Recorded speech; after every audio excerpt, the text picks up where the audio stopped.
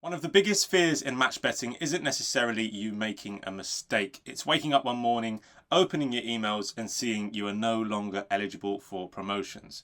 Now, if you've ever been gubbed before, you'll know what that feeling is like. But if you haven't, this video should hopefully help you extend your account life by a few months or even a few years. One of the biggest misconceptions in match betting is that bookmakers are trying to find match bettors, which while it is true in a sense, it's also not. They're trying to find bettors that are not profitable. So once you start to understand that, you'll start to see how avoiding restrictions is actually possible as a match bettor. So let's start to go through the mistakes that match bettors make. So mistake one is only using promotions. So imagine we have two customers. Now, one customer logs in irregularly, places a number of random bets. Some are free bets, some aren't.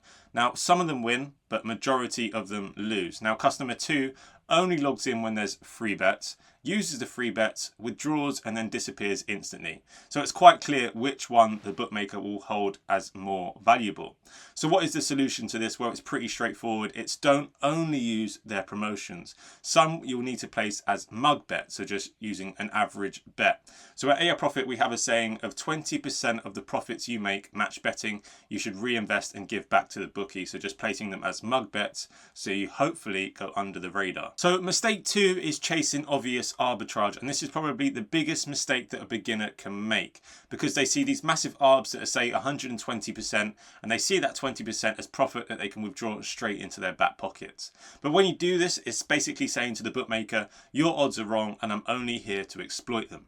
Now, that's not to say that we'll never do arbs, because there are advanced strategies that you can do to hide your arbs and profit from them in the long run. However, I would say for any beginners just to avoid them entirely. And another solution would be for your qualifying bets, don't always go for the best qualifying loss, so say 10, 20p. Sometimes accepting that extra 20, 30p, so 50p loss is a lot healthier for your accounts, and you start to go under the radar. So mistake three is looking too perfect every single time. So that might be the exact same stake every time you place a bet, so say £10. It might be the exact same promotion. It might be the exact qualifying amount needed. So if you need to place a £10 bet, it's £10 every time. It might be you withdrawing the same amount every single time. So you're behaving too much like a robot, and real or normal customers don't behave like this at all. So the advice I can give you here is just to simply vary your staking amount. So instead of doing £10 every time, do £8 one time, £12 the other.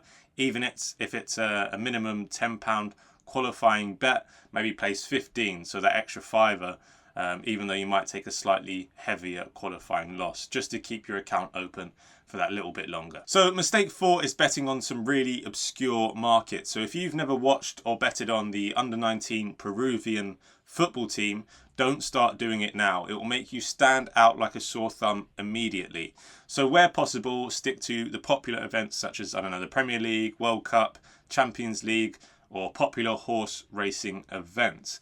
Now, some of us can fall guilty of betting on obscure markets when there's a break between big sporting events, such as in the summer and so forth. But where you can, just avoid it completely. So mistake five is just constantly withdrawing. So if you're always depositing, doing the offer, and immediately withdrawing, and then just repeating this process, it becomes incredibly obvious. So if your bankroll allows it, please leave some money in these bookies, and then just use that money in the future for future offers without withdrawing straight away. Now, mistake six is less for the average bettor that's doing the small sort of reload offers each day and each week. It's more for those people moving into the value betting strategies, and this is really high stake jumps. So if you've been used to placing £10 or £20 stakes, don't immediately then jump into a £250 bet, because it will flag your account. Build it up over time, so 10, then 20, then 30, and so on and so on. So mistake seven is sort of a blend of everything we've spoken about, and it's not behaving like a normal customer. Some match bettors treat bookmakers like ATMs. They'll jump in, do a promotion, and then withdraw their cash immediately. Sometimes you'll need to just browse the app or do an in-play bet or just do an ACCA, because this is how normal bettors behave. So you don't have to pretend to be something you're not, but you do want to make your activity on the account look a lot more natural than this sort of strict match betting routine. And you completely avoid getting gubbed? And unfortunately the answer is no, because if you're consistently match betting over a long period of time, even the best match bettors will eventually lose some of their accounts. But the goal isn't to completely avoid getting gubbed, it's simply to keep your accounts healthy for as long as possible, to keep them open for as long as possible, because these make the most profitable accounts.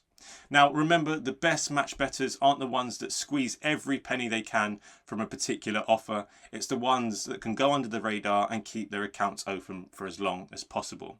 So if there's one thing I want you to take from this video today, it's the AiProfit rule. So all of the profits you make, you should give back 20% of it to the bookies in random fashions. So just random bets, stakes, just change them up, vary them up, and hopefully this will keep your account open for much, much longer. If you found this video useful, subscribe, because we'll be going through some of the more advanced strategies that more experienced match bettors are using, not just to make money, but to keep making money, and good money at that.